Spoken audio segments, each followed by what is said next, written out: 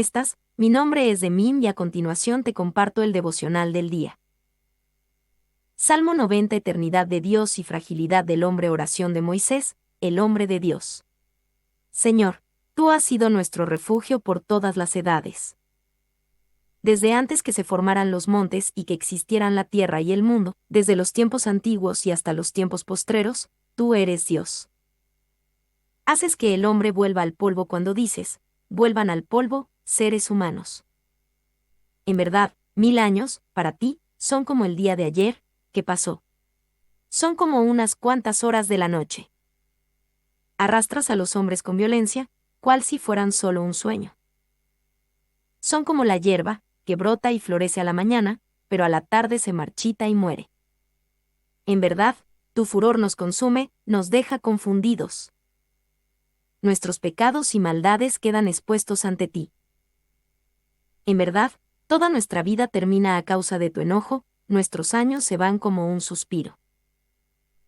70 son los años que vivimos, los más fuertes llegan hasta 80, pero el orgullo de vivir tanto solo trae molestias y trabajo. Los años pronto pasan, lo mismo que nosotros. ¿Quién conoce la violencia de tu enojo? ¿Quién conoce tu furor? Enséñanos a contar bien nuestros días, para que nuestra mente alcance sabiduría. Señor, vuélvete a nosotros. ¿Cuánto más tardarás? Ten compasión de estos siervos tuyos. Llénanos de tu amor al comenzar el día, y alegres cantaremos toda nuestra vida. Danos tantos años de alegría como los años de aflicción que hemos tenido. Haz que tus siervos y sus descendientes puedan ver tus obras y tu gloria. Que la bondad del Señor, nuestro Dios, esté sobre nosotros. Afirma, Señor, nuestro trabajo. Afirma, sí, nuestro trabajo. Salmo 91. El Señor es nuestro refugio. El que vive bajo la sombra protectora del Altísimo y Todopoderoso. Dice el Señor, tú eres mi refugio, mi castillo, mi Dios, en quien confío. Solo Él puede librarte de trampas ocultas y plagas mortales. Pues te cubrirá con sus alas, y bajo ellas estarás seguro. Su fidelidad te protegerá como un escudo. No tengas miedo a los peligros nocturnos, ni a las flechas lanzadas de día. Ni a las plagas que llegan con la oscuridad, ni a las que destruyen a pleno sol. Pues 1000 caerán muertos a tu izquierda y 10.000 a tu derecha, pero a ti nada te pasará. Solamente lo habrás de presenciar, verás a los malvados recibir su merecido. Ya que has hecho del Señor tu refugio, del Altísimo tu lugar de protección. No te sobrevendrá ningún mal ni la enfermedad llegará a tu casa. Pues Él mandará que sus ángeles te cuiden por donde quiera que vayas. Te levantarán con sus manos para que no tropieces con piedra alguna. Podrás andar entre leones, entre monstruos y serpientes. Yo lo pondré a salvo, fuera del alcance de todos, porque Él me ama y me conoce. Cuando me llame, le contestaré, yo mismo estaré con él. Lo libraré de la angustia y lo colmaré de honores. Lo haré disfrutar de una larga vida, lo haré gozar de mi salvación. Salmo 92. Un canto de alabanza, salmo y cántico para el sábado. Altísimo Señor, qué bueno es darte gracias y cantar himnos en tu honor. Anunciar por la mañana y por la noche tu gran amor y fidelidad, al son de instrumentos de cuerda, con música suave de arpa y de salterio. Oh Señor, tú me has hecho feliz con tus acciones. Tus obras me llenan de alegría. Oh Señor, qué grandes son tus obras, qué profundos tus pensamientos. Solo los necios no pueden entenderlo. Si los malvados y malhechores crecen como la hierba, y prosperan, es solo para ser destruidos para siempre. Pero tú, Señor, por siempre estás en lo alto. Una cosa es cierta, Señor, que tus enemigos serán destruidos, que todos los malhechores serán dispersados. Tú aumentas mis fuerzas como las fuerzas de un toro. Y viertes perfume sobre mi cabeza. He de ver cómo caen mis enemigos, he de oír las quejas de esos malvados. Los buenos florecen como las palmas y crecen como los cedros del Líbano. Están plantados en el templo del Señor, florecen en los atrios de nuestro Dios. Aún en su vejez, darán fruto, siempre estarán fuertes y lozanos, y anunciarán que el Señor, mi protector, es recto y no hay en él injusticia. Salmo 93.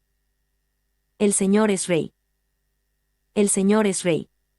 El Señor se ha vestido de esplendor y se ha rodeado de poder. Él afirmó el mundo, para que no se mueva. Desde entonces, Señor, tu trono está firme. Tú siempre has existido. Oh Señor, los ríos braman y levantan grandes olas. Pero tú, Señor, en las alturas, eres más poderoso que las olas y que el rugir de los mares. Oh Señor, tus mandatos son muy firmes. La santidad es el adorno eterno de tu templo. Salmo 94. El Señor es el juez del mundo. Muéstrate, Señor, Dios de las venganzas. Tú eres el juez del mundo, levántate contra los orgullosos y dal su merecido. ¿Hasta cuándo, Señor, hasta cuándo se alegrarán los malvados?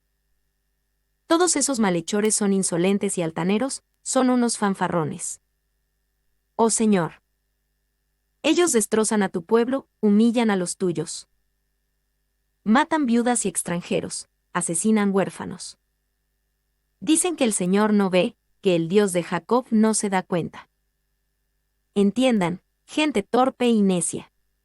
¿Cuándo podrán comprender? ¿Acaso no habrá de oír el que ha hecho los oídos? ¿Y acaso no habrá de ver el que ha formado los ojos? ¿Acaso no ha de castigar el que corrige a las naciones? ¿Y acaso no ha de saber el que instruye en el saber al hombre? El Señor sabe que el hombre solo piensa tonterías. Oh Señor, feliz aquel a quien corriges y le das tus enseñanzas.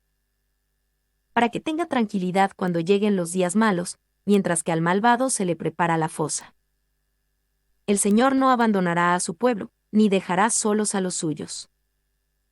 La justicia volverá a los tribunales, y todo hombre honrado la seguirá.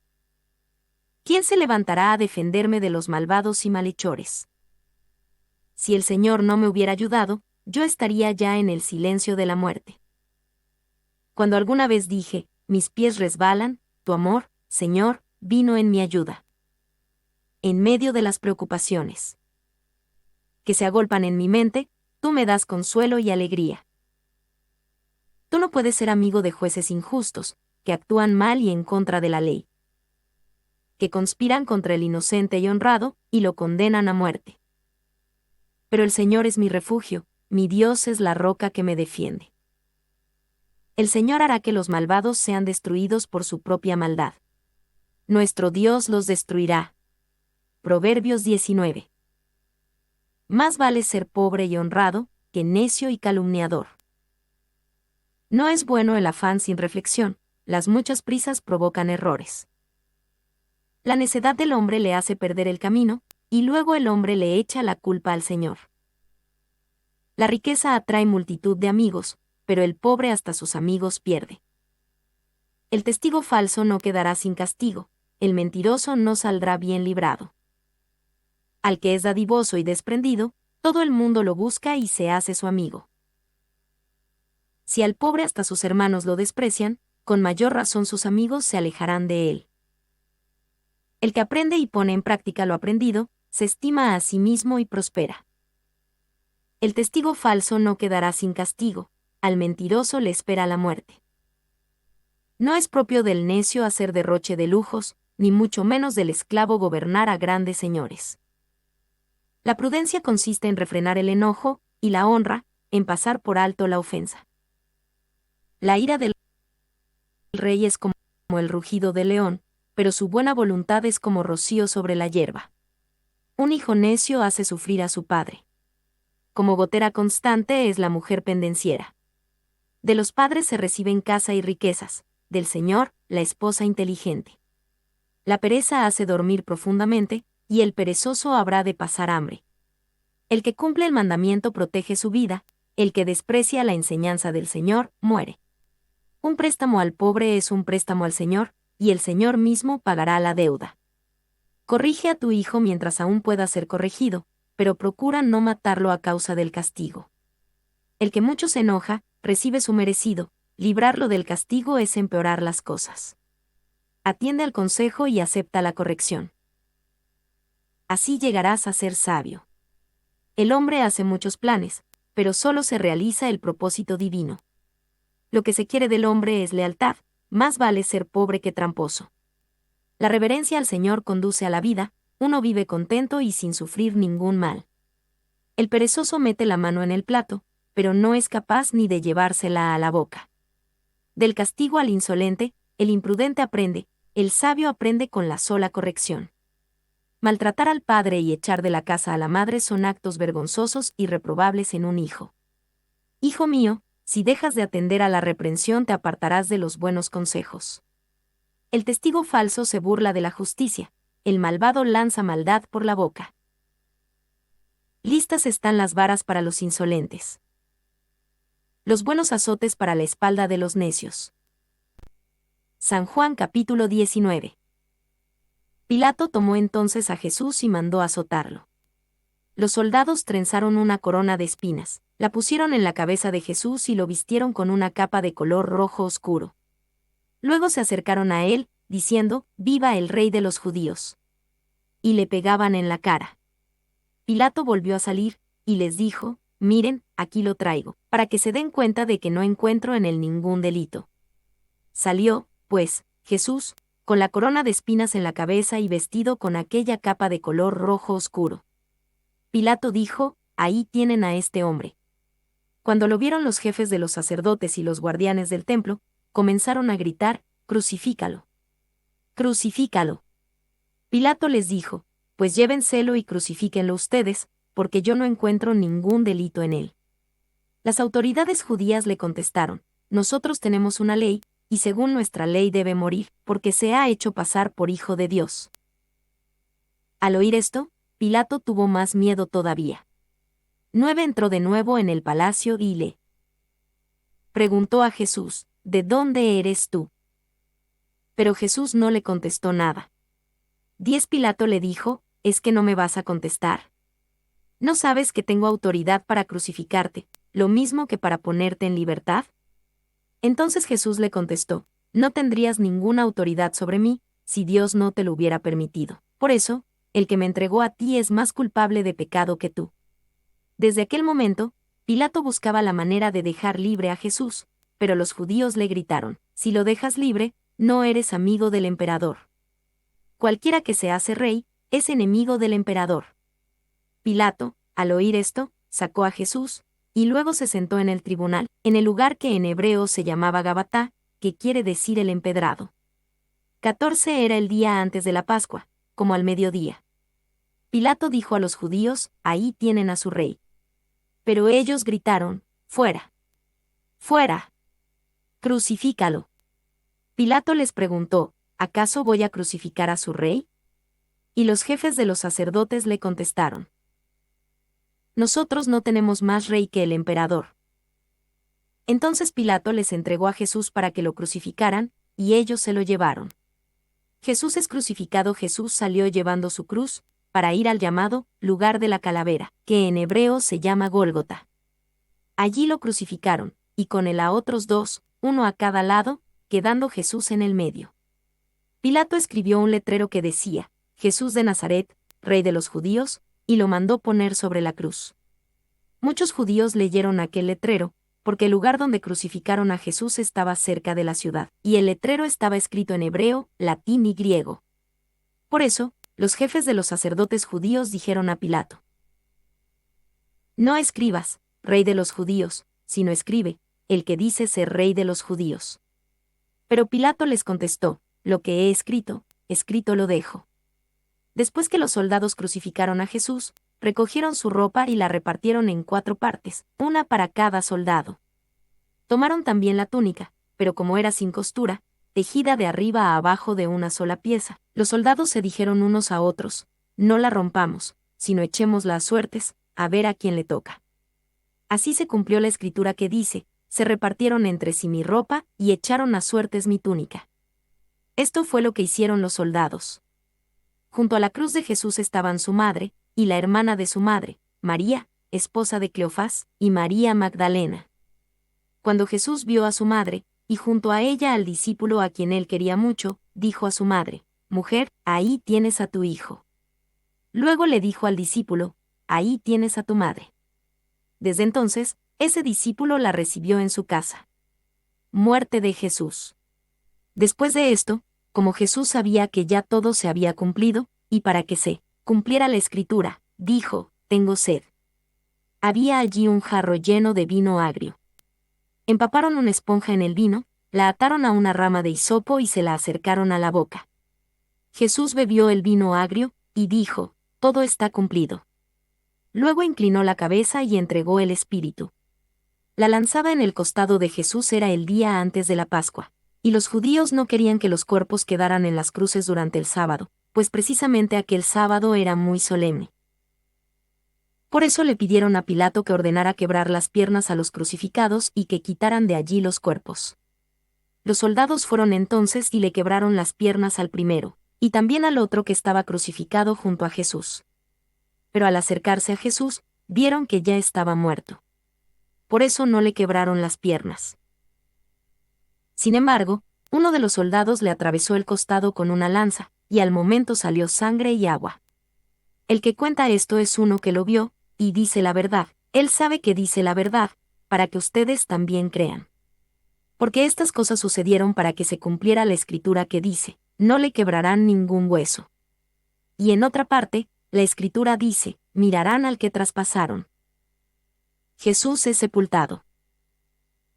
Después de esto, José, el de Arimatea, pidió permiso a Pilato para llevarse el cuerpo de Jesús. José era discípulo de Jesús, aunque en secreto por miedo a las autoridades judías. Pilato le dio permiso, y José fue y se llevó el cuerpo. También Nicodemo, el que una noche fue a hablar con Jesús, llegó con unos 30 kilos de un perfume, mezcla de mirra y áloe. Así pues, José y Nicodemo tomaron el cuerpo de Jesús y lo envolvieron con vendas empapadas en aquel perfume, según la costumbre que siguen los judíos para enterrar a los muertos. En el lugar donde crucificaron a Jesús había un huerto, y en el huerto un sepulcro nuevo donde todavía no habían puesto a nadie. Allí pusieron el cuerpo de Jesús, porque el sepulcro estaba cerca y porque ya iba a empezar el sábado de los judíos. Segunda de Crónicas capítulo 30. Ezequías celebra la Pascua. Ezequías mandó avisar en todo Israel y Judá, y también envió cartas a Efraín y Manasés, para invitarlos a acudir al templo del Señor en Jerusalén a celebrar la Pascua del Señor, Dios de Israel. El rey, después de haber consultado con sus funcionarios y con toda la comunidad de Jerusalén, había decidido celebrar la Pascua en el segundo mes, ya que no había podido celebrarla a su debido tiempo porque no había bastantes sacerdotes que se hubieran purificado ni el pueblo se había reunido en Jerusalén. Y como tanto al rey como a toda la comunidad les había parecido buena la propuesta, decidieron hacer circular por todo Israel, desde Berseba hasta Dan, la invitación a ir a celebrar en Jerusalén la Pascua del Señor, Dios de Israel. Porque antes no la habían celebrado con mucha asistencia, como estaba prescrito. Así pues, salieron mensajeros por todo Israel y Judá con cartas del rey y de sus funcionarios para proclamar la orden real: Israelitas, vuélvanse al Señor, Dios de Abraham, Isaac e Israel, y Él se volverá a ustedes, el resto que ha escapado de las manos de los reyes de Asiria. No sean como sus antepasados y como sus hermanos, que por ser infieles al Señor, Dios de sus antepasados, Él los entregó a la destrucción, como ustedes ven. Por consiguiente, no sean tercos como sus antepasados. Extiendan la mano al Señor para renovar la alianza y vengan a su santuario, que Él ha consagrado para siempre. Sirvan al Señor su Dios, y Él dejará de estar enojado con ustedes. Si ustedes se vuelven al Señor, los enemigos que ahora tienen prisioneros a sus hermanos y a sus hijos tendrán compasión de ellos y los dejarán volver a este país, porque el Señor, el Dios de ustedes, es compasivo y misericordioso y no los rechazará a ustedes, si ustedes se vuelven a Él. Los mensajeros recorrieron el territorio de Efraín y Manasés, yendo de ciudad en ciudad hasta llegar a Zabulón. Pero la gente se reía y se burlaba de ellos. Sin embargo, algunos hombres de las tribus de Aser, Manasés y Zabulón se humillaron ante Dios y acudieron a Jerusalén. Dios también movió a la gente de Judá para que estuvieran de acuerdo en cumplir la orden del rey y de las autoridades, según lo mandado por el Señor. Así pues, Una multitud sumamente grande se reunió el segundo mes en Jerusalén para celebrar la fiesta de los panes sin levadura. Empezaron por quitar todos los altares y lugares para quemar incienso que había en Jerusalén, y los echaron al arroyo Cedrón. El día 14 del segundo mes mataron el cordero de la Pascua. Los sacerdotes y levitas, sintiendo vergüenza de sí mismos, se purificaron y llevaron al templo del Señor animales para los holocaustos. Luego ocuparon sus puestos, según les está asignado en la ley de Moisés, hombre de Dios. Los sacerdotes rociaban la sangre que les entregaban los levitas. Y como en la comunidad había muchos que no se habían purificado, los levitas tuvieron que matar para la Pascua los animales de todos aquellos que no se habían purificado, a fin de consagrarlos al Señor. En efecto, un gran número de personas de Efraín, Manasés, Isaacar y Zabulón participaron de la comida de la Pascua, pero no de acuerdo con lo prescrito, pues no se habían purificado. Pero Ezequías oró por ellos, diciendo: Señor bondadoso, perdona a todos los de corazón sincero que te buscan a ti, oh Señor, Dios de sus antepasados, aunque no se hayan purificado como lo requiere la santidad del templo. Y el Señor atendió la petición de Ezequías y perdonó al pueblo. Así que, durante 7 días, los israelitas que se encontraban en Jerusalén celebraron con mucha alegría la fiesta de los panes sin levadura. Y los sacerdotes y levitas estuvieron alabando diariamente al Señor con los imponentes instrumentos de música sagrada. Ezequías felicitó a todos los levitas que habían demostrado sus excelentes disposiciones para el servicio del Señor. Y después de haber participado de la comida de la fiesta durante 7 días, de haber ofrecido sacrificios de reconciliación y de haber alabado al Señor, Dios de sus antepasados, toda la comunidad decidió prolongar la fiesta por otros 7 días, lo cual hicieron muy contentos, porque Ezequías, rey de Judá, regaló a la comunidad 1000 becerros y 7000 ovejas, y por su parte las autoridades regalaron al pueblo 1000 becerros y 10.000 ovejas. Muchos sacerdotes se purificaron. Toda la comunidad de Judá se alegró, lo mismo que los sacerdotes, los levitas y toda la gente que había venido de Israel, y los extranjeros que llegaron del territorio de Israel o que vivían en Judá. Hubo, pues, mucha alegría en Jerusalén, porque desde los tiempos de Salomón, hijo de David y rey de Israel, no había ocurrido nada semejante en Jerusalén. Después los sacerdotes y levitas, de pie, bendijeron al pueblo, y el Señor los escuchó, y su oración llegó hasta el cielo, el lugar donde el Dios Santo reside.